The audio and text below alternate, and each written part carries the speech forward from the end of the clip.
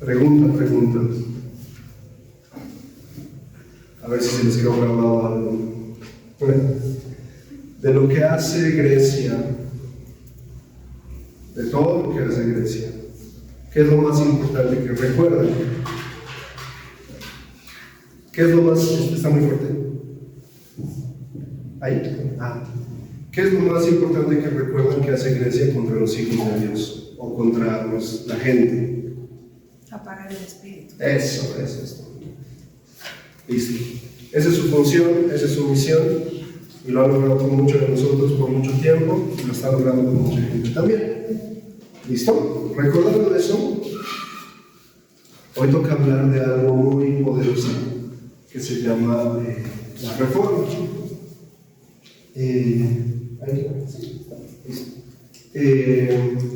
Le pusimos título a esta prédica y se llama La restauración de todas las cosas.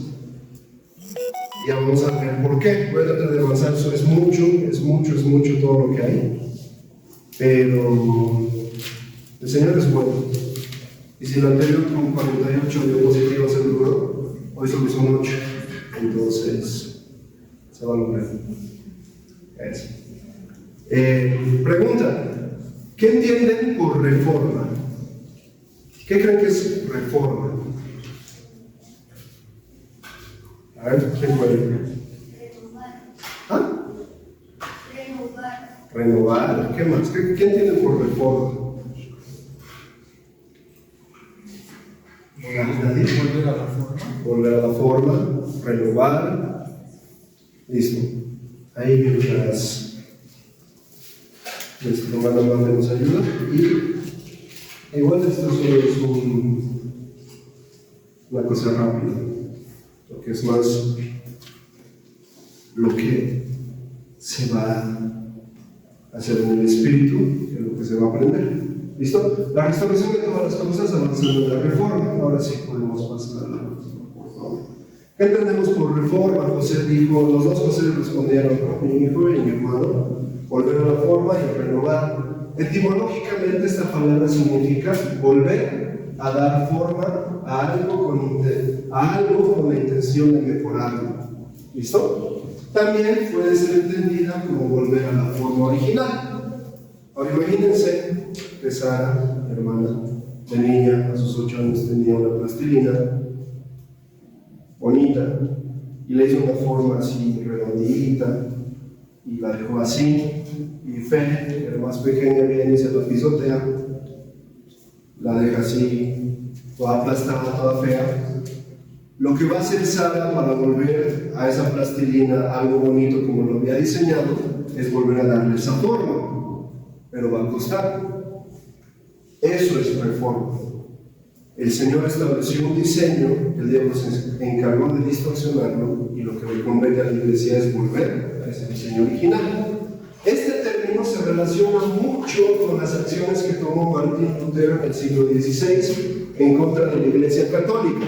¿Quién sabe de historia? A ver, o preguntas de cultura general. Hace más o menos 500 años Martín Lutero hace un acto, pega 99 tesis, si no estoy mal, en la puerta de una iglesia. ¿Por qué lo hace? ¿Qué se entera de él que le ilumina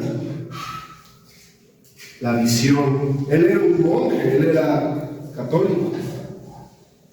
¿Qué hace que él se dé cuenta de que algo estaba mal? ¿Quién sabe?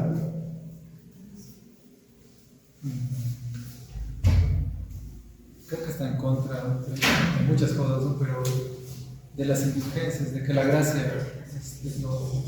Las indulgencias. ¿Qué pasaba en ese entonces? La Iglesia Católica tenía el poder absoluto sobre todos.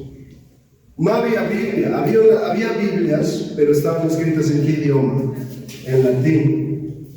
Y el pueblo común y corriente no sabía hablar latín, apenas podían hablar bien su idioma, no sabían ni escribirlo, era gente analfabeta. Y la iglesia se aprovechó de eso. ¿Por qué? Porque esta gente se aprovechó porque vio el dinero. ¿Qué pasa? Si digamos, no sé, a ver, mi esposa quería comprar. ¿Por qué había tanto miedo? ¿Por qué se pagaban las indulgencias?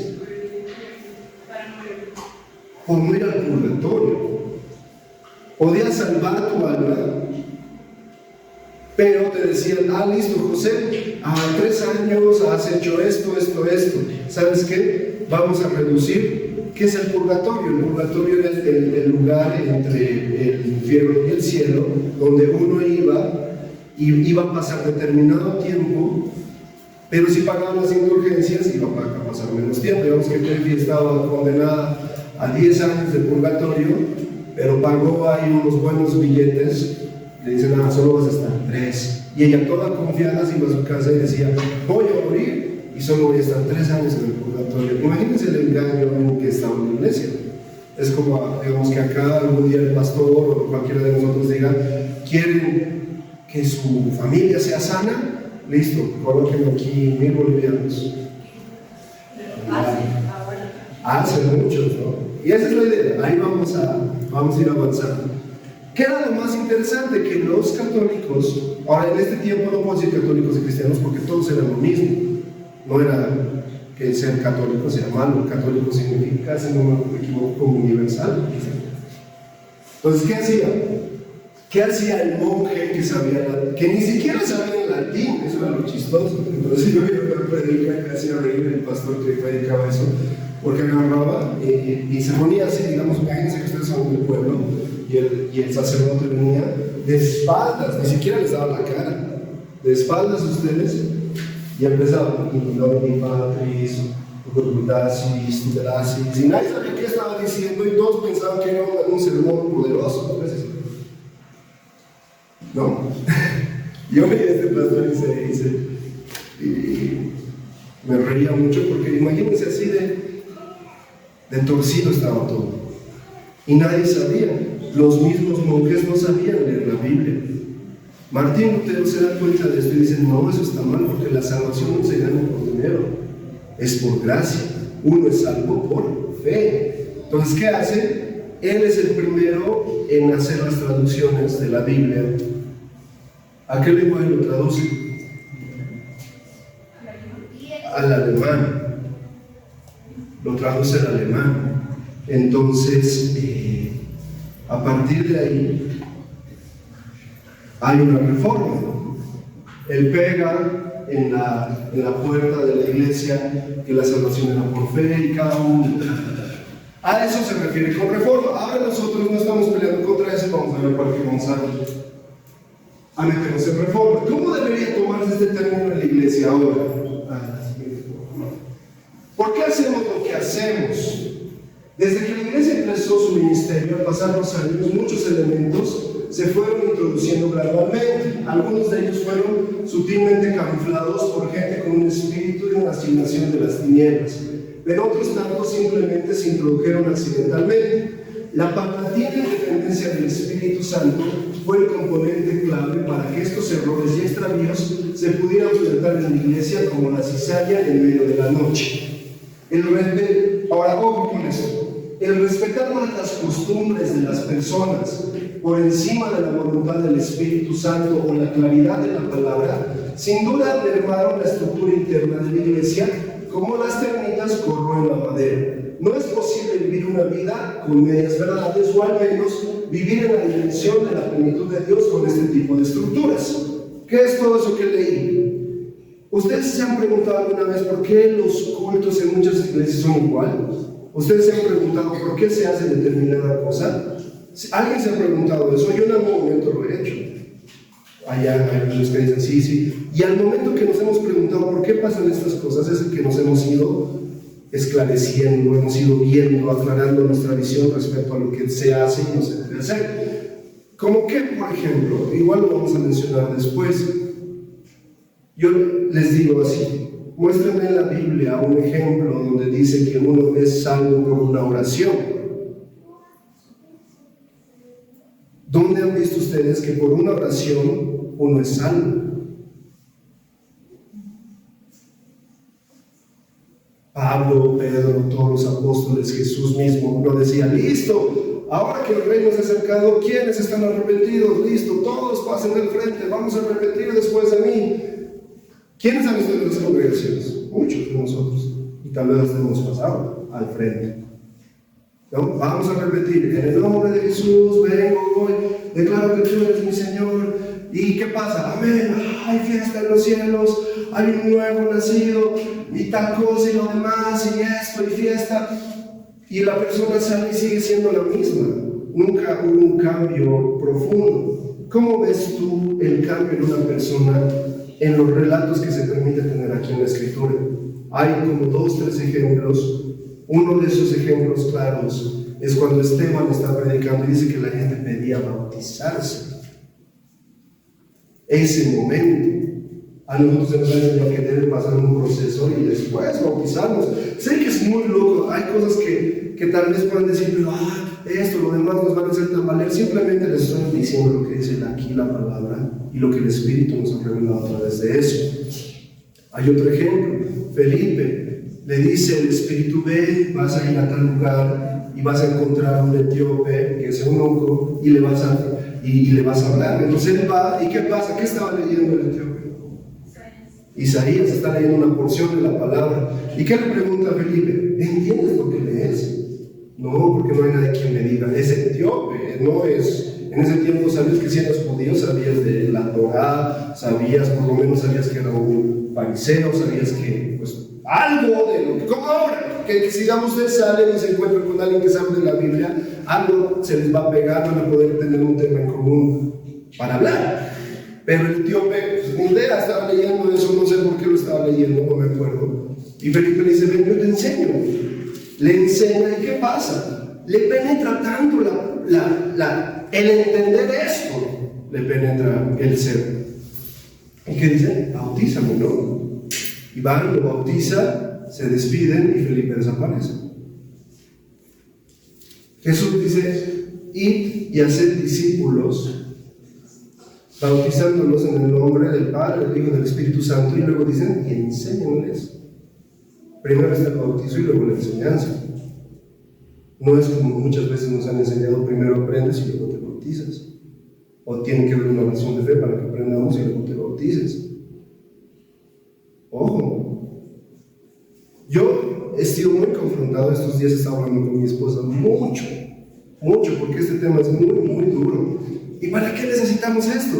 Si no, nada de lo que vamos a ver después va a ser efectivo. Y cuando vayamos a la calle a decirle al diablo, no te va a decir: pero hermano, sigues pensando en esto, sigues haciendo esto. ¿Listo? Vamos a avanzar. Un ejemplo simple de cómo se ha torcido el cristianismo.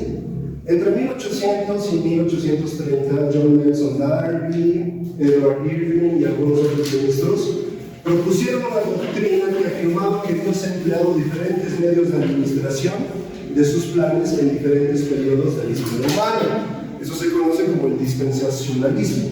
Dividían la historia del hombre en 7 pactos y 7 diferentes formas de administrar la gracia de Dios. Esta manera tan humana de entender la forma de relacionarse de Dios rompe la visión de eternidad que es implícita en todo lo que Dios hace. En pocas palabras, el dispensacionalismo lo que dice es: el Señor ha actuado en tal época, esto lo divide todo en 7, ¿no? Y esto ha actuado así, esto así, esto así, y se va a cumplir esto después, ¿no? ¿Por qué es malo? Porque Dios no se mueve a través de tiempos. Él revela cosas, como se las reveló a Daniel y fueron vistas muchos años después, o como se las reveló a los antiguos profetas sobre Jesús. ¿Han visto eso? No me acuerdo qué profeta es el que dice: no, un hijo nos es nacido, hijo nos es dado. Creo que es Jeremías, Isaías. ¿Cómo Isaías iba a saber que iba a aparecer el Redentor? Él lo está escribiendo en un salmo. David lo está escribiendo y dice, ¿no? Se burlaron, me jalaron la barba, me escupían, fui clavado en el madero. ¿Cómo David acaso está hablando de quién está hablando? Jesús ha estado presente siempre.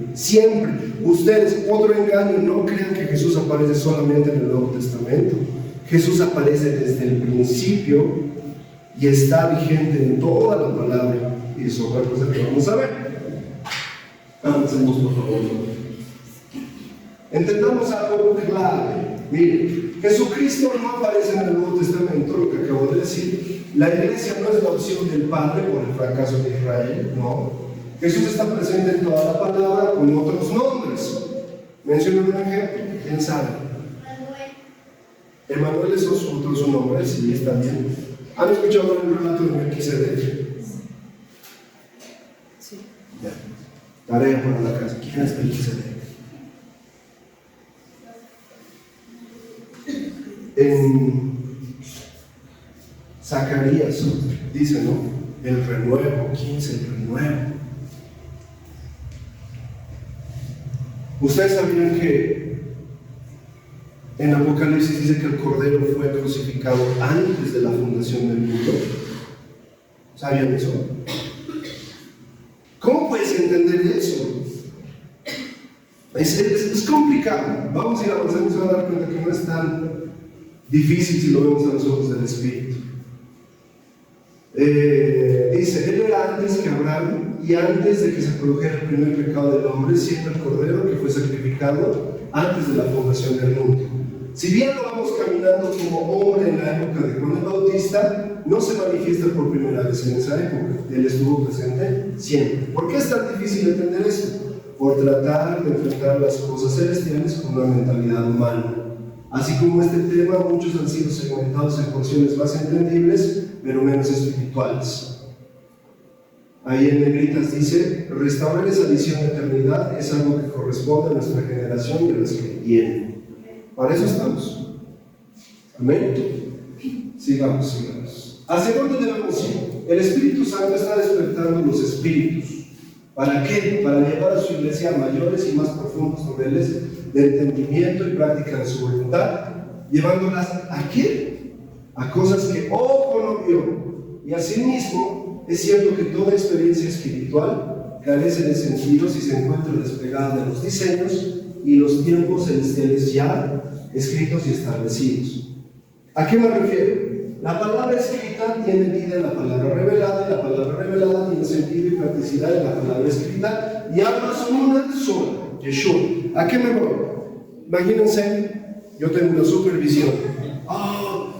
Hermanos, veo que cada uno de ustedes está recibiendo un poder del Señor tan fuerte, tan magnífico, y tienen que ir y predicar, y esto y lo otro, y pan y suelto, y esto y lo demás, sin profecía. A ver si doy un ejemplo más claro.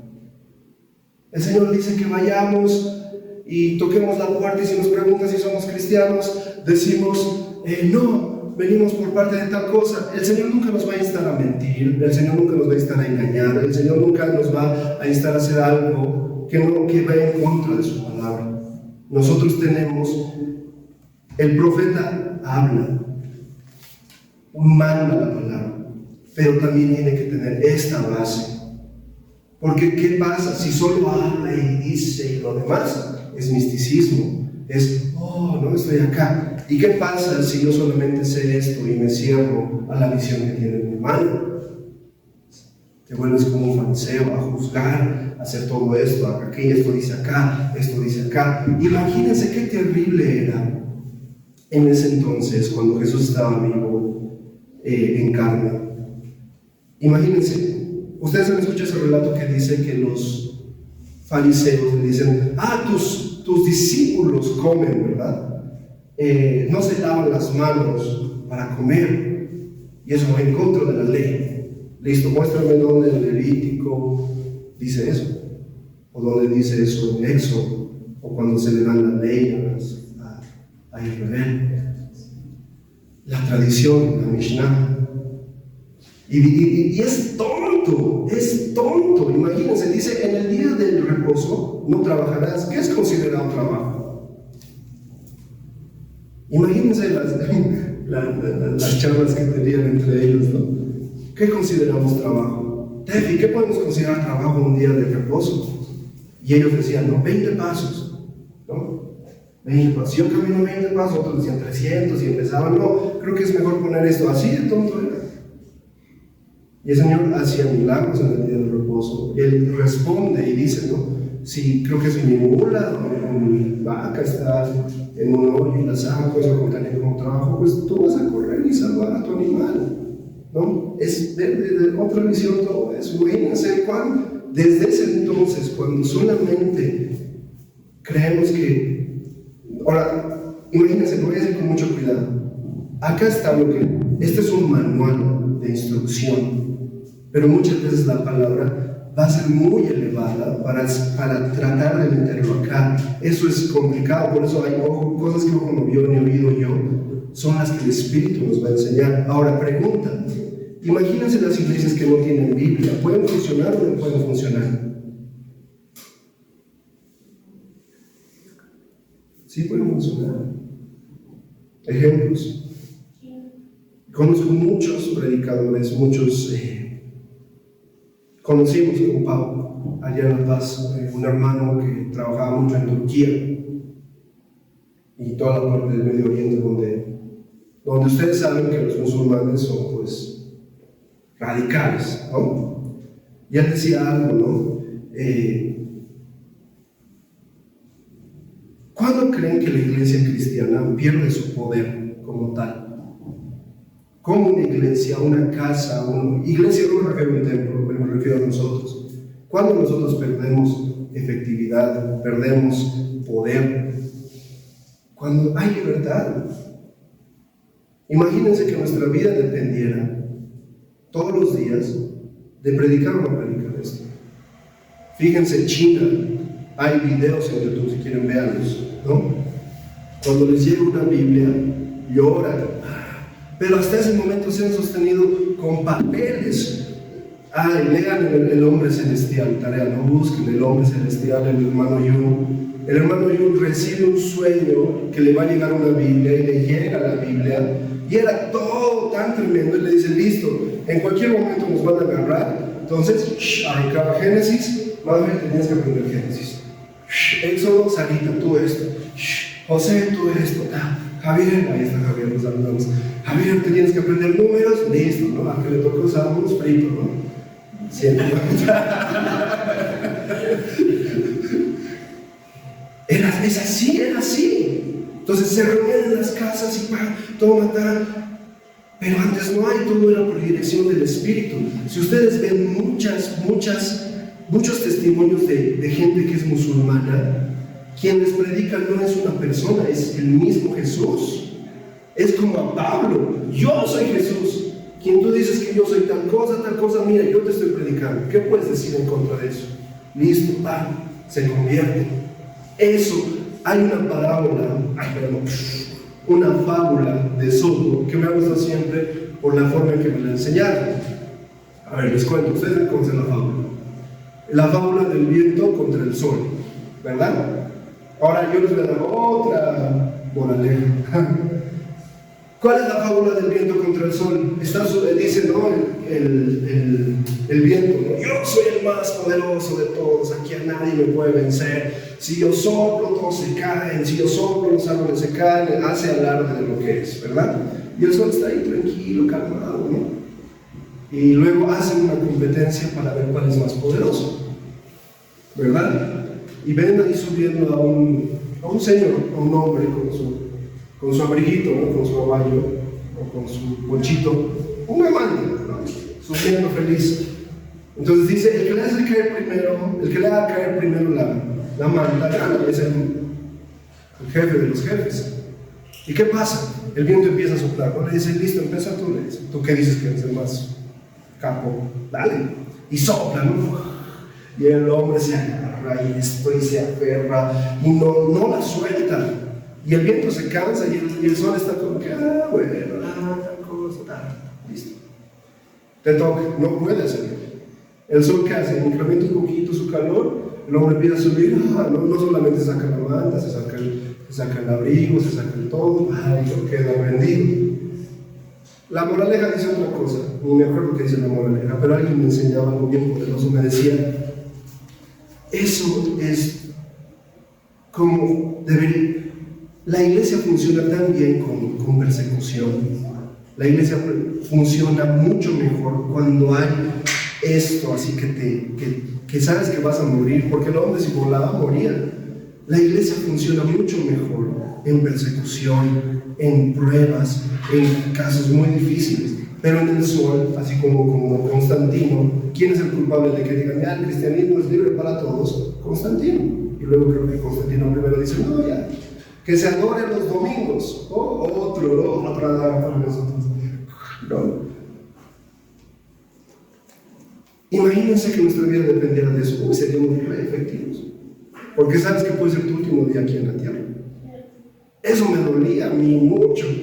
Porque nosotros pensamos, estamos en un lugar donde somos libres y podemos, liviandad. Ahí viene la mezcla. Porque no hay alguien que te esté viendo y observando. Los discípulos sabían que si los agarraban era... Y ahí les doy un mensaje extra, ¿no? Algo bien bonito. ¿Cuál es el único discípulo de los 12, incluyendo a Pablo? Y sacando rutas, porque no es considerado un discípulo. Que no muere una muerte terrible, que no muere en una situación dura. ¿Cuál de todos ellos? Juan. ¿Por qué? ¿Por qué Juan no? ¿Por qué a Pedro lo crucifican de cabeza? ¿Por qué a Pablo le cortan la cabeza? Y si leemos los martirios que sufrieron son terribles. A uno, creo que a Jacobo le sacan la piel. Pero ¿por qué Juan no? ¿Por qué el discípulo amado? ¿Por qué él prefería, antes de estar hablando, así como Pedro, de salir, yo voy a hablar, tal cosa, estar ahí, al lado de Jesús? Siempre. Y lo trataron de matar, ¿no? Lo ponen en una villa hirviendo y es para un jacuzzi, ¿no? Feliz, tranquilo. Y se muere de viejito. ¿Por qué? Ahora no estoy diciendo que sea por eso, yo creo que tal vez sea por eso. Él siempre buscó estar al lado de su Señor, de su amado. ¿Cómo le puedes regalar algo a alguien o cómo puedes verlo? Ahora no lo tomen como un estudio profundo, ¿no? Pero yo lo recibo así, ¿no? Es alguien que quiso estar al lado de su Señor, ¿no? Él fue el único que no lo abandonó. Él siguió hasta el último con la mamá de Jesús y creo que no me acuerdo quién más, María Magdalena. Fue el único. Pedro ya lo había negado y estaba llorando en otra parte, y los otros demás no se dicen nada, que desaparecen. Vamos, si no me voy a otra cosa. Listo. ¿Por qué se llamaba la restauración de todas las cosas, todo esto? Hechos 3:19-21. ¿De qué trata el libro de Hechos? Lo que hicieron los apóstoles. Muy bien. Dice, por tanto, arrepiéntanse y conviértanse para que sean borrados sus pecados, para que de la faz del Señor vengan tiempos de refrigerio espiritual y envíe a Jesús el Mesías, que fue anunciado de antemano, a quien es menester que el cielo reciba hasta los tiempos de la restauración de todas las cosas, de las que habló Dios por boca de sus santos profetas desde el principio del mundo. Con el devenir de los siglos, la iglesia ha perdido muchas cosas. Ahí hemos mencionado algunas. Hay otras que se han desalineado de los diseños y propósitos de Dios. Por tanto, debemos arrepentirnos para que tiempos de refrigerio. ¿Qué es refrigerio? Anasuxis, recuperar el aliento, revivir, refrigerio. Vengan de la presencia del Señor. Debemos arrepentirnos si nos hemos desalineado en alguna cosa. ¿Para qué? Para que vengan tiempos de refrigerio. Cambiemos la palabra, para que vengan tiempos de resurrección. Siguiente. Por favor. Jesús el Cristo no ha de regresar sin antes restaurar, que el griego apokatastasis, restaurar, reconstruir, restituir todas las cosas. ¿Qué? Él no va a regresar antes de que como iglesia restauremos todas las cosas. Vivimos en los tiempos de restauración, tiempos de reforma, tiempos de volver a las formas de Dios. Es parte de los designios de Dios. Dios lo ha hablado por boca de sus santos profetas desde tiempos antiguos. Leamos, ahora sí nos vamos a meter con la Biblia. Isaías 46, yo les voy a leer acá, no se preocupen. Isaías 46. Dice, versículo 9 y 10. Recordando de las cosas pasadas predichas, yo soy Dios y no hay otro. No hay otro semejante a mí, que desde el principio anunció el fin y desde antiguo, o desde un principio, cosas que estaban hechas. Que digo, mi designio se cumplirá y haré todo mi deseo. Dios ya ha declarado el fin desde el principio y desde la antigüedad lo que no ha sido hecho. Dios es eterno y está más allá del tiempo. El tiempo aparece ¿con qué? Con la creación, ¿sí o no? ¿Han leído Génesis? Ahora que está el sol, la luna, las estrellas. ¿Y qué? Los tiempos, le dicen, ¿no? Las estaciones, todo eso nos indica. Ahí aparece el tiempo, antes no había forma, todo es eterno. El plan de Dios fue concebido desde antes de la fundación del mundo y a través de los tiempos se viene desarrollando minuciosamente y alcanzará su pleno cumplimiento en el nuevo cielo y la nueva tierra. La palabra para nuevo es kairos y significa nuevo en cuanto a frescura, renovado no en cuanto a la edad. Es necesario que la iglesia, ojo, ahí vuelvo a lo que hizo el pastor Máximo hace unos meses, es necesario que la iglesia le devuelva al Espíritu Santo el lugar y el honor que nunca debería haber perdido. Por eso es necesario arrepentirnos para que vengan los tiempos de refrigerio. ¡Wow! Ahora, tremendo. Es necesario que la iglesia le devuelva al Espíritu su lugar. ¿Qué pasó aquí hace más o menos un mes y medio? Espíritu Santo, te pedimos perdón porque hemos tratado de ocupar tu lugar. Tú tienes el dominio absoluto sobre este lugar. Listo. Se estableció algo tremendo y muy difícil de vivir. No es cualquier cosa. ¿Por qué? Porque a partir de ahí debemos arrepentirnos. ¿Qué significa arrepentirse? Juan el Bautista, Jesús lo predicó: arrepiéntanse porque el reino de los cielos se ha acercado. No es que yo lloro, perdón Señor por mis pecados, no, metanoia, rápido, ¿no? Cambiar mi forma de pensar. Necesitas cambiar tu forma de pensar para todo lo nuevo que va a venir de Dios. Y cambiar tu forma de pensar es estar abierto y dispuesto a que cosas muy duras van a venir, porque el Evangelio es muerte. Es muerte. Por eso la anterior vez cuando hablaba de Grecia, y había cosas que no pude mencionar. ¿Qué pasa en los cultos? Ahora, yo no quiero juzgar a nadie, no quiero decir esta iglesia ni nada. Simplemente, si ustedes veían una prédica de Ana Méndez y decía que el mayor evangelista que el diablo tiene para Latinoamérica y para muchas partes de Europa y todo eso es Hollywood.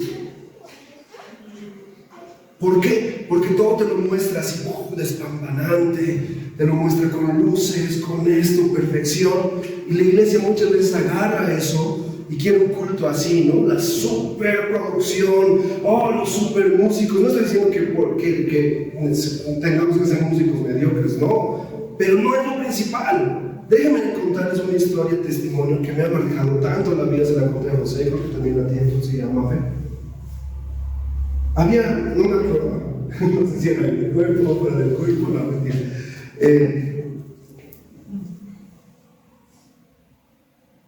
Un pastor, ¿ya? Imagínense un pastor de un lugar muy recóndito, ¿ya? Este pastor, no me acuerdo el nombre, es que después lo contaron hace muchos años, ¿no? Y la memoria cada vez más. Y este pastor hacía una labor tremenda en un lugar inhóspito. Tenía que ir por horas, caminar al lugar donde era su congregación y predicaba. Y alguna vez me invitaron a algún congreso y ahí lo vieron y dijeron: este pastor tiene algo que nosotros no tenemos. Y un invitado de por ahí lo ve y comenta esto con unos pastores en Estados Unidos y dice: es necesario que lo traigan, ¿no? Porque les cuenta de su prédica y dicen que su prédica era tan tremenda que ¿no? necesitamos esto en esta iglesia y todo. Y lo encuentran, van a este lugar, así fechas en todo para encontrarlo, lo encuentran y le dicen, necesitamos que usted venga. Así. Bueno, está bien. A un congreso de muchas iglesias. No solamente era una congregación, sino que muchas iglesias iban a juntar en un super congreso. La cosa es que el pastor muy así como que asustado, va, accede, ¿no? Ora y todo, va. Iba a ser para él algo tremendo porque no estaba acostumbrado a esas cosas. Lo llevan, le dicen, listo, no, mira, nosotros vamos a poner los pasajes, el avión, el hospedaje allá, todo genial. El hombre llega, va al avión, aterriza, no sé qué parte de Estados Unidos, llega a Estados Unidos y se le aparecen, mientras ya lo recogen, así como el cartelito, imagínense el pastor, no me acuerdo cómo apellidado, está yendo con ellos y mientras iba con esos que lo escoltaban, se aparecen dos personas, ¿no? Tratando de impedir que él llegue a la congregación donde iba a hacer el servicio. Le dicen, mire pastor, esto se ha suspendido, creo que es mejor que regrese, ¿no? Cosas así. Y el pastor siente, ¿no? En el espíritu que no era cierto. Dice, no, yo voy a ir con ellos y pues si ellos me dicen, yo me regreso, no hay ningún problema, listo, está. No, y tratan y no pueden. Llega todo, paga su hotel, tal, le toca predicar, se alista todo, llega el momento de predicar y la alabanza en ese día se había extendido mucho tiempo, la alabanza. Y de la hora que tenía para predicar le dicen, el pastor solo va a predicar 20 minutos. El pastor no hacía nada, listo, agacha la cabeza y dice, está bien, si el Señor lo ha querido así, así será. Listo, termina la alabanza, toda la gente ahí feliz, tal. Y el pastor agarra y solo agacha la cabeza y empieza a orar. Señor, ¿qué les digo? No tengo tanto tiempo como lo tenía planificado. Está ahí y mientras deja que el teclado suene, está ahí. Y el Señor dice, canta, ¿no? Y canta un himno, no me acuerdo cuál. Y empieza a cantar. Imagínense, pónganle el himno que usted quiera, ¿no? Ya tengo la victoria, pues Cristo me salva. Y empieza a cantar.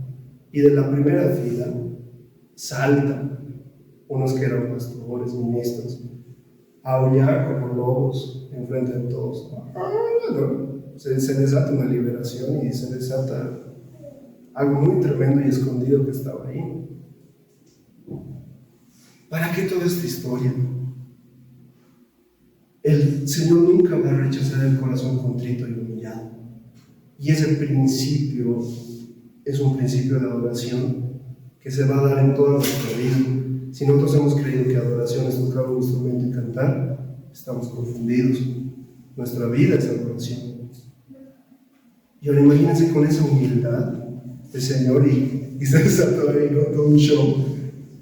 Y se pudieron enterar que muchas de esas iglesias estaban financiadas por la iglesia satánica de Estados Unidos. Ahí lo dejo. Creo que no hay más. Listo. ¿Por qué cantábamos Subo al monte de Sion? ¿Qué es Sion?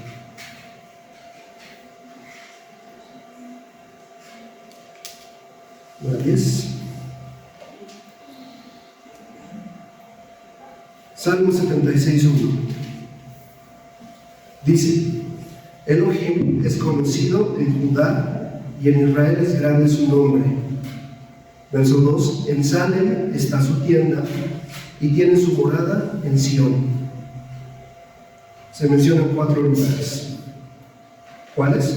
Elohim es conocido ¿dónde? En Judá, 1. Y en Israel, 2. Es grande su nombre. En Salem, 3. Está su tienda y tiene su morada ¿dónde? ¿En dónde? La morada de Dios no está en los cielos. No está en mi corazón. ¿Dónde está la morada de Dios? No me estoy inventando. cielos, sí, esa es una respuesta muy ambigua. Es como decir, Sarita, ¿dónde vives? En Sucre. ¿Y cómo te envió, no sé, unas flores por tu cumpleaños? ¿Por un Sucre? ¿No? Esa es la respuesta en los cielos. Pero si Sarita me dice, no vivo en el barrio Capón, calle tal, así estamos ubicando donde vive el Señor. ¿En dónde? En Sion. Dice, ¿han leído ese versículo que dice, en la casa de mi padre muchas moradas hay? Ahí es donde cuando subimos a la presencia de Dios en el monte Sion, podemos ser partícipes de esas moradas. Judá, versículo, Dios habita en la alabanza de su pueblo, ¿sí o no? Eso dice la palabra. Pero esto es más o menos como una morada temporal. ¿A qué me refiero? En la alabanza estamos acá, y hay momentos donde sentimos que el Señor viene y está con nosotros, pero termina la alabanza o termina la reunión y se va, porque no se queda acá. Ahora, sí, el Señor es omnisciente, es omnipresente, está en todas partes, pero me refiero a que habite, ¿no? No sé si me entienden, es un poquito medio confuso, pero es como que su espíritu más o menos, ¿no? O su esencia, porque imagínense que estemos constantemente con la esencia de Dios, con su presencia acá, nos morimos, ¿no? Va a haber algo en nosotros que nos va a retar y va a traer algo nuevo, ¿no? Entonces, voy a ir a una parte ya rápida, que dice de Sion. Si quieren buscar más, yo les voy a decir dónde lo pueden encontrar. Acá dice, ¿verdad? Judá, luego dice, ¿cuál es el segundo lugar? Israel, Salem, ¿qué es Salem?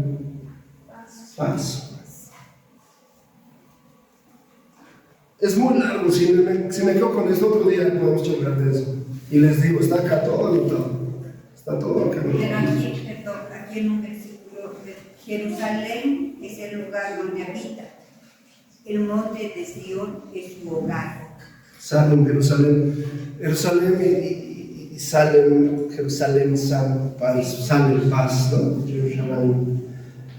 Sí, no, si nos metemos ahorita con eso, es lo mismo. Salem hace referencia a eso. En ese lugar encontramos la paz Israel y el tabernáculo temporal. Ahorita ya lo vemos. Para que nos vayamos a Sion de una y al llegar a los puntos, porque si no, no acabamos. Sion, morada de Dios, ¿no pueden ver dónde? En el Salmo 46. Leanse el Salmo 48, ahí está más claro e imposible. Salmo 87, Salmo 122 y Salmo 76. Había algo que estaba en la liturgia sacerdotal de ese entonces, que son los cánticos de Sion, ¿no? Que es otra profundidad que se puede agarrar, pero en este momento no lo vamos a ver. En esos cánticos se recurría al velo, ¿no? Para que podamos ver a Sion.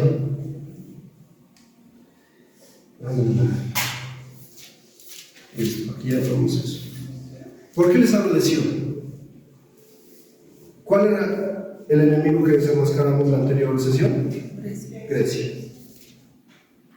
Quiero que lo entiendan con su espíritu, ya no vamos a entender muchas cosas con la mente. El espíritu no sabe, que el espíritu no sabe, de verdad. Grecia trató de imitar también, el diablo es un falsificador, no un imitador, copia las cosas, ¿no? El iPhone, ¿no? El diablo es el iPhone, ¿no? Así. ¿Dónde vivían los dioses de Grecia? En el Olimpo, listo. De ahí venía todo, si ustedes han leído de su mitología, esto es muy tremendo, ¿no? Todo como lo veían, como lo hacían es tremendo, la mitología griega es una locura. Y también pueden ver cómo es la misma decadencia de sus dioses, ¿no? Y tenían dioses para todo. De estos dioses, ahora vean al Olimpo como algo espiritual, no lo vean como mitología, porque a partir de ahí, de esos dioses, nacen muchas cosas de las que hablamos: la democracia, farmaqueia, el teatro, Cada uno tenía un emisario que empezaba y le hablaba a alguien en la tierra, y ese lo recibía y lo hacía, lo plasmaba, lo que decíamos. El espíritu necesita de un alma para que comunique el mensaje y se establezca en la tierra. Así funciona todo. Si nosotros vemos, Grecia ha ocupado casi, y decían por ahí, casi el 70% de nuestras palabras, y debemos cambiar nuestra forma de hablar. ¿A qué me refiero? Música, ¿no? Música viene de musa, de la inspiración de una musa para hacer un arte con instrumentos. Entonces no existen los músicos cristianos, no existe la música cristiana. Sería una total incoherencia, ¿sí o no? ¿Por qué? Porque David no era músico, David era salmista, era un adorador. No puedes decir, qué tremendo músico. ¿Por qué? Porque al decir eso puede parecer tonto, pero qué fanatismo y esto, y cómo van a empezar a hablar así, y van a cambiar esto y lo otro, lo demás, lo mismo. Qué afortunado que soy. Bueno, gloria a Dios, la diosa Fortuna, ¿no? ¿Quién era la diosa Fortuna? Y así muchas palabras, ¿no? Para aquella, lo que es los medicamentos, muchas palabras, democracia, teología. La teología no es lo que ahora se entiende por teología para nosotros, ¿no? Que, sí, la teología en Grecia, ¿qué era? Estudiar sus dioses. De ahí nace la teología. Vamos a estudiar sobre Apolo, sobre Diana. Eso es la teología. La hermenéutica. Yo no creo que un libro te diga que puede ser un super sermón. Una palabra que aborrece mucho el Señor es la palabra laico. ¿Alguien sabe qué significa laico? ¿Alguien sabe qué significa laico? Sin religión, sin una religión que lo gobierne, ¿no? Sin laico, que no tiene órdenes clericales, usada también como independiente. Por eso Dios odia esa palabra, porque Dios no quiere que seamos independientes. Dios quiere que seamos dependientes de su Espíritu en todo momento.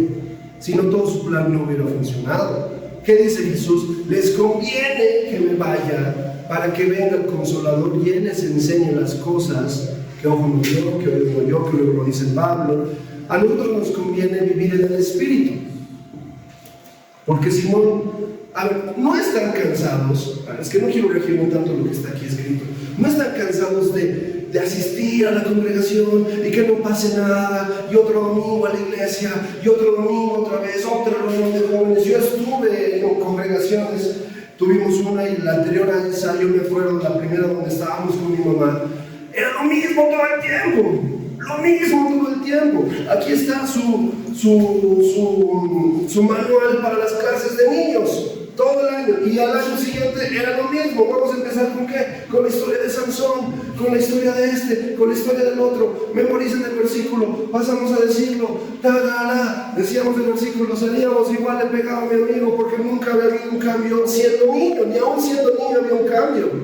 Era lo mismo día tras día, tras año, tras año, tras año, y la iglesia se ha encargado de decirnos, esa es la vida de un cristiano, alcanzar la salvación y ya. Con mi esposa venimos de tantas cosas. Hemos estado en diferentes lugares, en Venezuela, en Argentina, en Chile, haciendo guerra espiritual, y eso me emocionaba. Y me emociona todo esto que estamos haciendo, porque sé el poder que tiene cuando uno es santo. Ese es el principio. ¿Qué se ha encargado la iglesia de decirnos? ¿Sabes qué? La santidad es algo muy ambiguo. ¿Sabes qué? Todos somos humanos y fallamos, y puedes fallar, y sabes que hermanita, tranquila. Cuando la Biblia aquí Pedro lo repite, dice, sean santos porque su Dios es santo. No nos está dando una opción. Y antes en el antiguo pacto decía lo mismo: yo soy su Dios santo, sean santos. ¿Qué es ser santo? Ahí está como el ángel con la aureola, que misticismo. No, ser santo es ser apartado, ser diferente a lo común, a lo que estamos acostumbrados a ver día a día. Pasa esto y somos indiferentes al dolor ajeno. Sí, cada vez pasa lo mismo. Aún el agarrar el lenguaje que se comunica acá, todo está caro, ¿qué vamos a hacer? La situación, nos vamos a morir, no hay dólares. Eso es ser del común. A mí me gusta cuando mi mamá empieza, ¿no? Dice, todo está caro, hijo, todo eso, pero me dice, es que Dios es bueno. Esas deberían ser nuestras palabras siempre. Dios es bueno, en todo momento y Él nos sostiene. Si nosotros somos fieles, dice, no he visto justo que mendigue pan. Ese debería ser nuestro mover siempre. Y aún en lo que hagamos, ¿qué es lo que ha tratado de torcer la misma iglesia que se apartó de Dios? No nos gusta que nos digan que todo terminó con el Nuevo Testamento. Ya no hay acá milagros. Nace el secesionismo, está Lutero, hace su reforma, aparece Calvino, dice, no, yo no estoy de acuerdo con él, nace el calvinismo. Yo no estoy de acuerdo con este, nace otro, y nace otro, y nace otro, y nace otro, y nace otro. Nacen los pentecostales, eso libre, tal cosa. Lo que nosotros estamos acá es para hacer reforma, para volver al diseño original. ¿Cuál es el diseño original? El diseño original es Cristo a través de nosotros, gobernando sobre cualquier área de nuestra vida, en nuestra ciudad, en nuestras casas. ¿Y por dónde comienza todo? Por nuestras casas. Eso es reforma. Por eso necesitamos ser así. Si están acá hoy, ¡wow! ¡Qué tremendo! Porque yo decía, Señor, son cosas muy duras. Mire, antes adoración, una cosa que tenemos que reformar. Antes de lo musical está el estilo de vida. Antes de cantar está lo que uno es.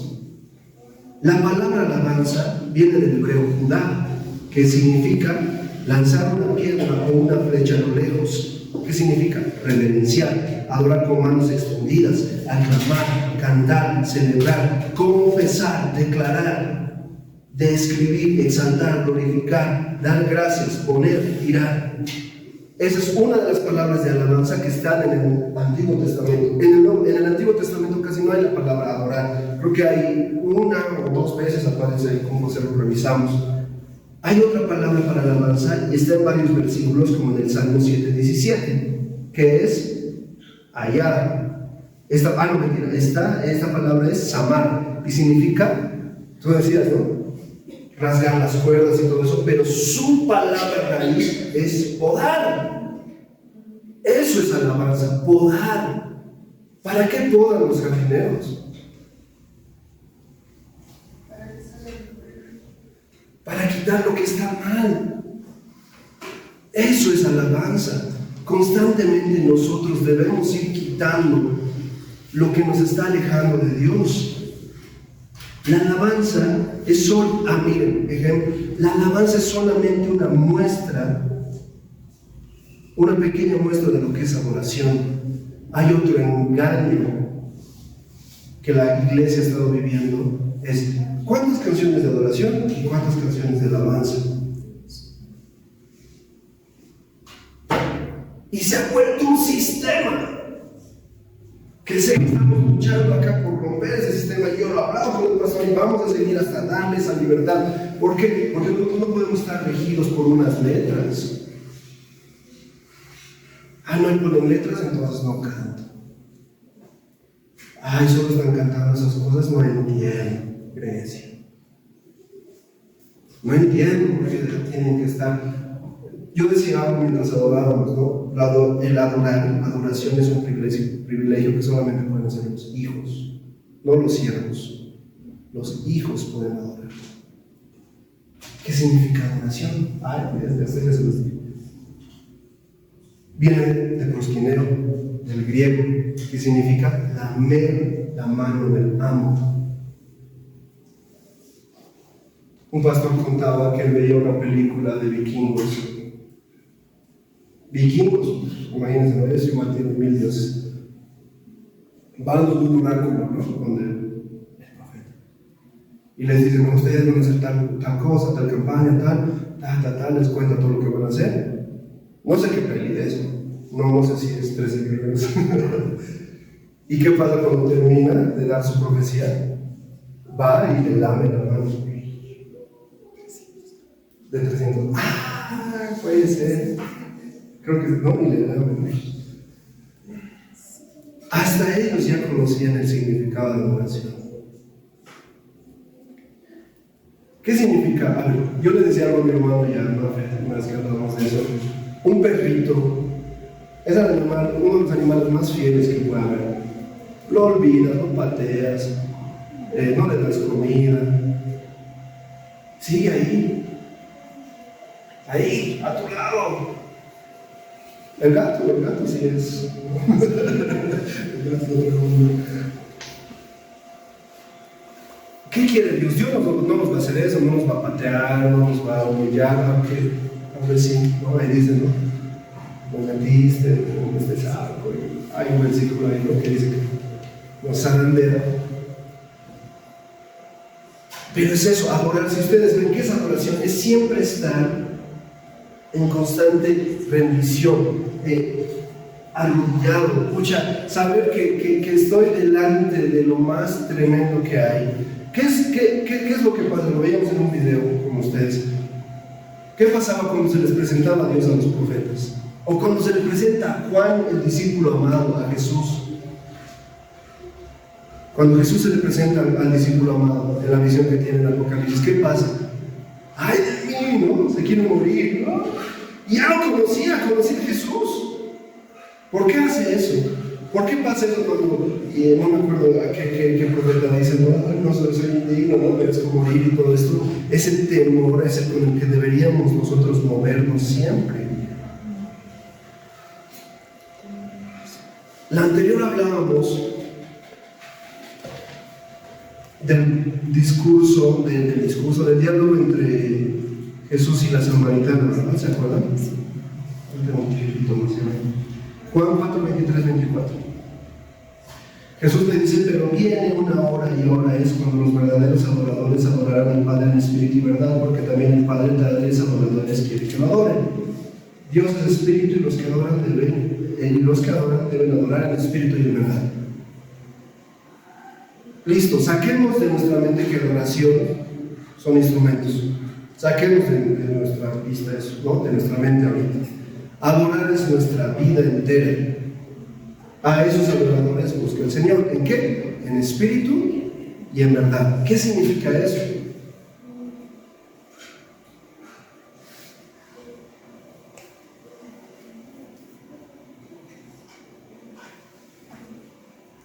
Espíritu, verdad. Simple. Vamos por la parte más sencilla. Nuestra alma está gobernada por emociones. Si nuestra alma no está dirigida por el Espíritu de Dios y nuestro espíritu y el alma no recibe esa información, lo que va a estar gobernando sobre nosotros es el alma. ¿Y qué es el alma? Nuestros pensamientos, todo lo que queremos, nuestras ambiciones, eso. Por eso muchas veces en la adoración venimos a pedir en vez de a dar. Hablo ahora en el tiempo de adoración. Ay, Señor, perdóname, otra vez caí en esto. Señor, ¿cuándo va a mejorar mi vida? Sigo siendo el mismo, nunca cambio. Señor, por favor, dame una oportunidad más. Y ya pasó una hora del tiempo de alabanza y solo pedí. Estoy en mi casa, Señor, por favor, ten misericordia de mí, pecador, necesito esto, necesito lo otro, por favor. Y todo el tiempo estamos pidiendo. Si nosotros escucháramos al Espíritu, si nosotros subimos al cielo y vemos desde arriba todo lo que es, lo vemos pequeño, lo vemos con los ojos de Dios. Ahora, yo no les hablo porque yo, no, aquí el súper, no, todos nosotros tenemos nuestras cosas, tenemos nuestras luchas diarias, cada uno tiene una lucha diferente, cada día uno está luchando porque su familia se convierta, otro está luchando porque tal vez necesita que, no sé, que su negocio mejore, cada uno tiene sus cosas, ¿no? Y ninguno acá es más que otro, sino que todos estamos en la misma visión, y esto yo lo estoy transmitiendo porque yo lo hablé con mi esposa antes de venir a acá. No vengo a soltarlo porque aquí yo soy perfecto. Igual dice la palabra, sean perfectos porque su Padre es perfecto. No hay escapatoria. Hebreos 13:15.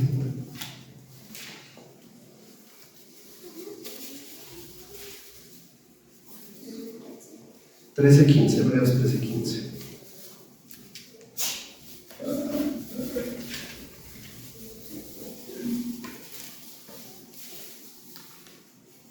Ahí se me olvidó Hebreos.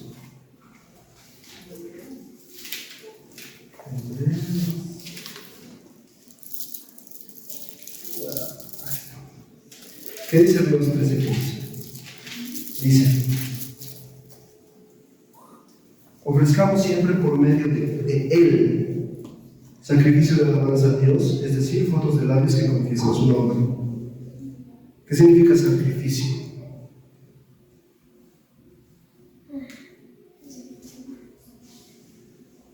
Sacrificio viene de la palabra inmolar y es sacrificar a una víctima, dar la vida. Eso es sacrificio. Si leemos, voy a terminar con esto porque hay mil cosas más, pero Hebreos 5, 8, 9 dice: y aunque era hijo, por lo que padeció aprendió la obediencia, y habiendo sido perfeccionado, vino a ser autor de eterna salvación para todos los que le obedecen. Dice que debemos ser como Jesús. ¿Para quién es fácil obedecer? Para nadie. No nos gusta obedecer. Pero aquí nos dice que Jesús vino, padeció, sufrió y por eso aprendió obediencia. Y a partir de ahí vino a ser el autor de la salvación. Si Él no obedecía, todos estábamos muertos. Si Él nos dio el ejemplo, esto es para que nosotros lo apliquemos, así como ser santos, también nos dice, sean obedientes. Voy a terminar con esto. Hay más. El tabernáculo de David, ¿qué es eso? Eso es algo que hasta ahora, pero ya lo hablaremos después. Quiero que leamos esto y entendamos algo muy poderoso que el Señor quiere hacer. Hebreos 10, voy a leer todo Hebreos 10, vamos a ir por partes. Dice: porque la ley, teniendo meramente una sombra de los bienes destinados a venir, no la imagen misma de las cosas, nunca puede perfeccionar a los que se acercan por medio de los mismos sacrificios que se ofrecen continuamente cada año. De otra manera, no habrían cesado de ser ofrecidos, puesto que los que adoran una vez purificados no tendrían más ya conciencia de pecado. Pero en ellos se hace memoria de los pecados cada año, porque es imposible que la sangre de toros y de machos cabríos puedan quitar pecados. ¿Qué está hablando acá? Nosotros sabíamos que la ley que se le da a Moisés y las instrucciones que se le da a Moisés es que cada año tenían que sacrificar un cordero sin mancha o varios corderos, ¿no? Porque no una vez, eso es otra cosa, ¿no? Pero se sacrificaba y una vez al año el sumo sacerdote se presentaba para ver si ese año había obtenido el perdón de Dios, ¿no? Pero se tenía que utilizar un animal, ¿no? Ahora, lo que está diciendo acá, un sacrificio de animal no va a quitar el pecado para siempre. Por eso tenían que repetirlo constantemente. Por lo cual, entrando en el mundo, dice: sacrificio y ofrenda no quisiste, pero me preparaste cuerpo. Holocaustos y expiaciones no quisiste.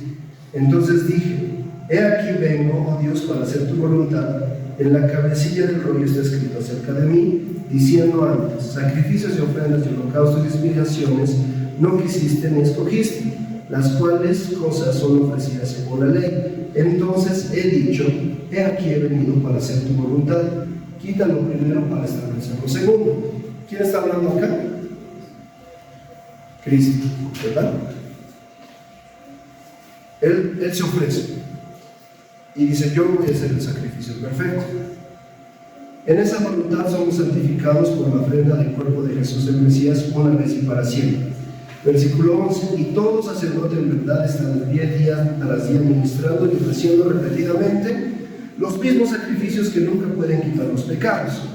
Pero hablando de Cristo, habiendo ofrecido un solo sacrificio para siempre por los pecados, se sentó a la diestra de Dios, de ahí en adelante esperando hasta que sus enemigos sean puestos por estrado de sus pies. Porque con una sola ofrenda hizo perfectos para siempre a quienes, a los santificados. Y nos testifica también quién, el Espíritu Santo, porque después de haber dicho, este es el pacto que haré con ellos, después de aquellos días, dice el Señor, pondré mis leyes en sus corazones y en sus mentes las escribiré. Añade, y ya nunca más me acordaré de sus pecados y de sus iniquidades, porque donde hay remisión de estas cosas no hay más ofrenda por el pecado. Toda esta introducción es para decirnos que Jesús hizo el sacrificio una vez y para siempre. El Cordero inmolado, crucificado antes de la fundación del mundo. Leímos un pasaje en la Biblia que decía, yo soy Dios, yo voy a escribir todo lo que va a pasar, Él sabe lo que va a pasar mañana, y algunas cosas que no han sido hechas yo ya las sé. Dios tenía un plan para todo, Dios tiene diseños, Dios se mueve a través de diseños, no improvisa. Él sabe qué diseño tiene para esta casa, y uno de esos diseños, y eso se me hacía muy poderoso, lo suelto así nomás. David rompió con muchas de las cosas que estaban establecidas para la ley de Moisés. Cuando él recupera el arca del pacto de los filisteos, primero está en una casa y luego la establece sobre un monte, ¿sí o no? ¿Qué pasó cuando la estableció ahí? Fueron los 40 años más gloriosos de Israel, porque vencían y vencían y seguían venciendo y seguían venciendo. Por eso Salomón vivió de lo que ganó David. Salomón, el hombre más sabio, cayó, y de la forma más terrible, metiendo a los ídolos dentro de la casa del Señor. Y eso decía un pastor: Salomón te viene a hablar de moralidad cuando sabes que tiene 700 esposas y 300 concubinas, ¿no? Y él mismo lo declara, ¿no? Yo he probado todo, no le he negado placer a mi cuerpo. Vuelvo al tabernáculo de David. David instituyó un nuevo orden. No había ese orden antes. Para estar en el arca del pacto, porque es el arca que estaba ahí, solamente podía pasar ¿quién? El sumo sacerdote, porque era el lugar santísimo.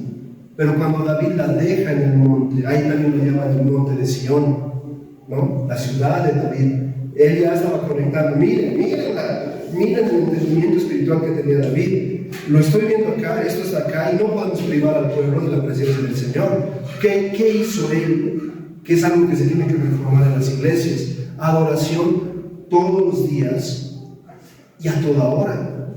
Y agarraba a este grupo que venía acá, y no era pues cualquier gente. Estaba Saf, estaba Jedutún, hasta el nombre, ¿no? Jedutún, ¿qué significa? Laboratorio. ¿Qué es laboratorio? Que contiene alabanza, y era gente entendida. Los levitas, aquí hablamos, y esto. Y es interesante que salmos significa salterio, ¿no? No sé quién compuso un salterio, pero los mismos instrumentos hasta David los creaba. No tocaba con lo común, no agarraba, no iba donde los filisteos. Ojo, transportemos de nuestra época. Escúchalo, uy, qué bonito suena Coldplay, qué bonito suena tal cosita. ¿Por qué no hacemos ese arreglo acá? ¿Por qué no hacemos eso? Yo no me imagino a David, ¿no? Los filisteos, uy, mira esa progresión de acordes, qué tremenda. Uy, mira ese instrumento, ¿no? Traigámoslo. Ahora no voy a decir, no sé qué uno. Si les hablo de la guitarra eléctrica, es todo un tema, ¿no? Cómo nace, quién lo hace famoso. Si vieron las progresiones que hacemos, ¿no? Que el Señor nos hable, y si el Señor dice no más, simplemente con sus voces, que así sea. Eso es reforma. Reforma es, el Señor me dice algo, listo, voy a orar para que sea algo certero. Y si me lo ha dicho así, pues Él va a respaldar eso. Muchos se van a ir porque no lo van a entender con su mente. Y el tabernáculo de David, me acordé de la palabra del apóstol que vino y dijo que aquí se establece un arca.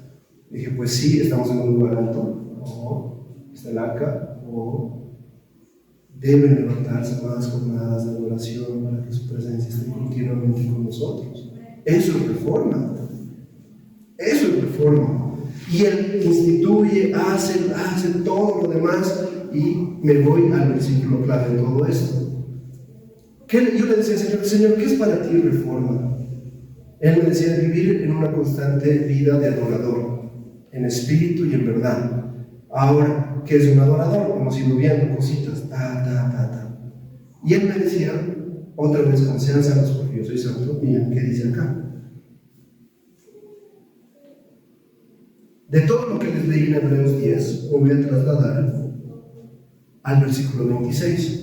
Hay un subtítulo, esos subtítulos no estaban en los rollos, ¿no? Esos subtítulos los pone la gente para que más o menos entendamos de qué va a hablar, ¿no? Sí. Era todo directo. Pues la gente entendía todo cuando leía está hablando de Jesús el Mesías, entonces pongamos de Jesús el Mesías. Nos ayuda. Versículo 26 dice, con esto termino. Porque si continuamos pecando voluntariamente después de haber recibido el conocimiento de la verdad, ya no queda más sacrificio por el pecado. Esta palabra es dura. Yo no la quería decir. Otra vez. Porque si continuamos pecando voluntariamente después de haber recibido el conocimiento de la verdad, ya no queda más sacrificio por el pecado. Versículo 27. ¿Qué nos espera si pecamos voluntariamente? Sino una horrenda expectación de juicio y ardor de fuego que va a consumir a los adversarios. El que viola la ley de Moisés por el testimonio de 2 o 3 testigos muere irremisiblemente. ¿Cuánto peor castigo pensáis que merecerá el que pisoteó al Hijo de Dios y tuvo por inmunda la sangre del pacto, en la cual fue santificado y ultrajó al Espíritu de gracia? Pues conocemos al que dijo, mía es la venganza, yo pagaré, y otra vez el Señor juzgará a su pueblo. Y acá lo pone con signos de admiración. Versículo 31. Horrenda cosa es caer en manos del Dios vivo, pero traer a memoria los días antiguos en los cuales, habiendo sido iluminados, soportaron una gran lucha de padecimientos, en parte ciertamente siendo expuestos a vergüenza pública con reproches y también aflicciones, y en parte siendo hechos compañeros de los que eran así tratados, porque compartieron los padecimientos de los presos y despojo de vuestros bienes sufristeis con gozo, sabiendo que tienen vosotros mismos una mejor y perdurable herencia. No pierdan pues su confianza, la cual tiene gran recompensa. Nos está diciendo que ya hay un versículo también creo que es Romanos 12, 1, 2, en 1 Timoteo 5, 20, dice que si alguien ha sido descubierto en pecado, dice que si ha sido descubierto por la iglesia, que sea confrontado entre todos, para que aún esa persona se sienta mal y diga, no lo voy a volver a hacer, para que no vean que me estoy inventando. 1 Timoteo 5, 20. ¿Qué está hablando este hermano? Y ya vuelvo a lo que quería. Porque todo tiene una respuesta del Señor. 1 Timoteo 5, 20 dice, a los que continúan pecando, repréndelos delante de todos, para que también los demás tengan temor. Uy, no, yo quiero que me hagan eso. Eso está diciendo Pablo a Timoteo, porque es duro. José, te hemos visto en esto y ¿sabes qué? Estás cayendo en esto, para. Y ¿sabes qué? El Señor, y lee Hebreos 10, justo, ¿no? El pastor yo lee Hebreos 10, ¿no? Has tomado por inmundo el sacrificio de esto y tal cosa y estás pisoteando la sangre de Cristo. Imagínate, me interesa ahí. No quiero que me pase. Eso está diciendo Pablo. Ahora también en Santiago dice, no sé si es Santiago, pero sí, en Santiago habla de la confesión de pecados, ¿no? Debemos confesar nuestros pecados. Eso es lo que nos da, tú lo decías alguna vez, es conocernos con quién estamos. ¿Sabes qué, Marfil? Me cuesta tal cosa y he caído en esto. Ora por mí, por favor. Y dice que la oración del justo puede mucho y sus pecados son remitidos. Y si el diablo viene a decirme algo, aparte de Jesús, ella lo sabe. Yo le decía algo a los pastores un día de eso, le decía, pero no podemos agarrar esa gracia como que, peco un día, estoy bien 5, vuelvo a pecar. No, lo que estamos acá llamados a hacer es adoradores en espíritu y en verdad, ¿sabes qué, hermano? Me cuesta esto, necesito que ores por mí.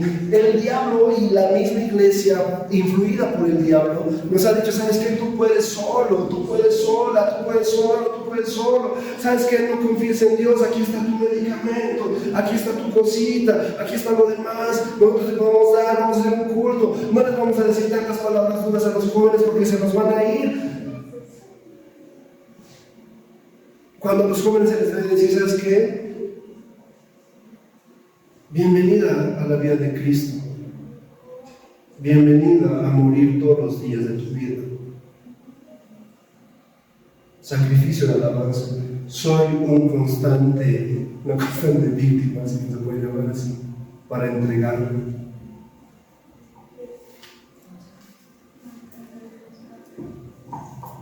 Termino.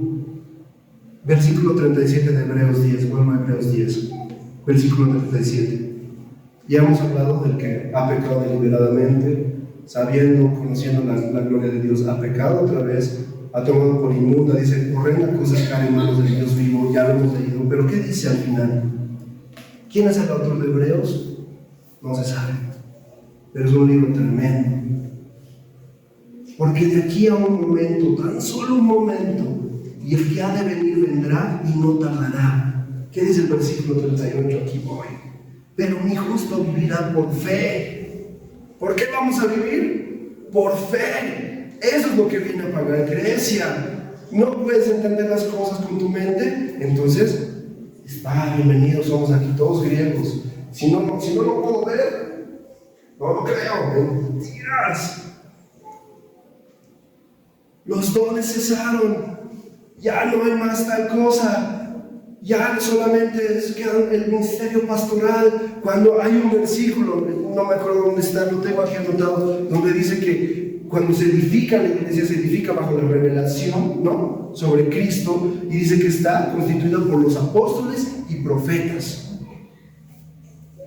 Y están más vigentes que nunca, apóstoles y profetas. ¿Qué es apóstol? Enviado, profeta, el que es inspirado por la voz de Dios para dar la dirección a su pueblo. Por eso tiene que estar cimentado en nuestra casa. Por eso estamos abiertos a que si tú me dices algo, lo voy a orar. No voy a tomar, dice que lo espiritual todo lo juzga, ¿no? Listo, pero una muestra de que no somos hijos de Dios es el orgullo. Ay, pero ¿qué está diciendo este? Si yo he caminado tal cosa, no, ¿sabes qué? Me estás diciendo por algo. Mi esposa viene y me confronta muchas veces, ¿sabes qué, Rodrigo? Esto, hay que hacer tal cosa, y lo hago como, hace mucho tiempo era, no, pero ¿qué está hablando? Yo soy vencido, Señor, y ahora, ¿cómo lo tomo? Voy a orarlo. Señor, muéstrame, examíname, ve si hay camino de perversidad en mí, ve hasta lo más profundo de mí si hay algo. Eso es un adorador. Eso es lo que necesita la iglesia. Versículo 38.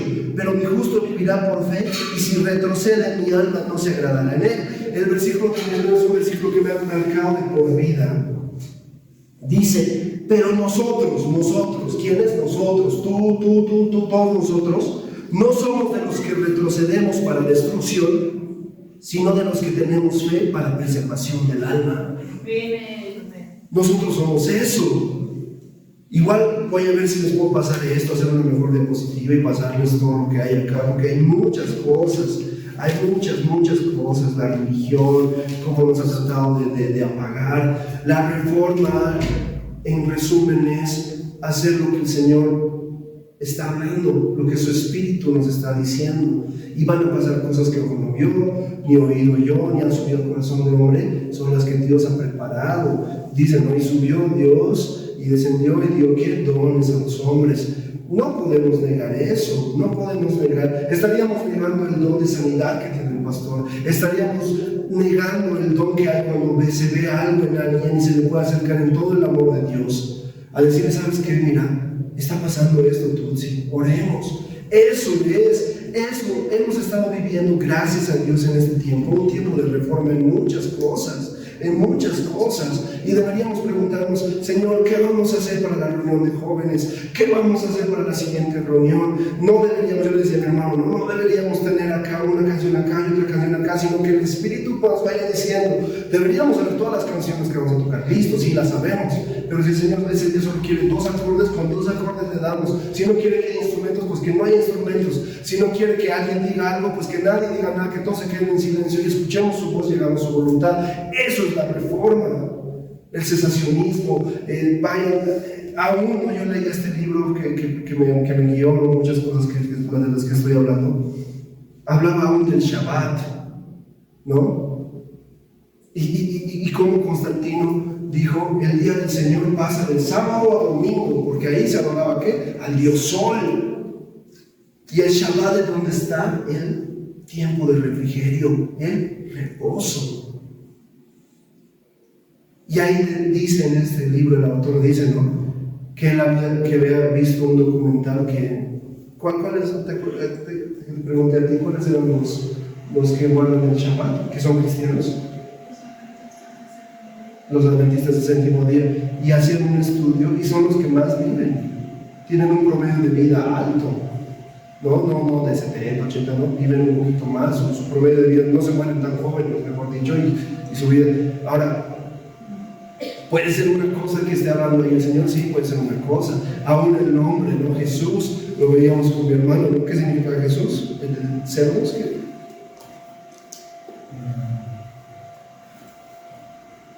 Ser representado, algo así. Entonces, y nos insta al nombre Yeshua, ¿no? Porque viene del griego. El griego ha tratado de traducir eso y al no tener letras, porque en el griego no hay J, ¿no? Es una I, y Yeshus, ¿no? Yeshua. Entonces, tantas cosas que nosotros hemos dicho son normales, yo sigo, cuando en realidad el Señor está diciendo, despierten porque los quiero utilizar, ya ha entrado en mí. Hace mucho tiempo no entraba y creo que lo hemos estado compartiendo con mi hermano, con Mafe, con Tutsi, con mi mamá, con Sara, con Pau. Ha entrado un celo tan santo de avanzar para ver no solo nuestra casa. Un pastor decía, el avivamiento es temporal. El avivamiento viene, decía el ejemplo, ¿no? Yo soy papá, ¿ya?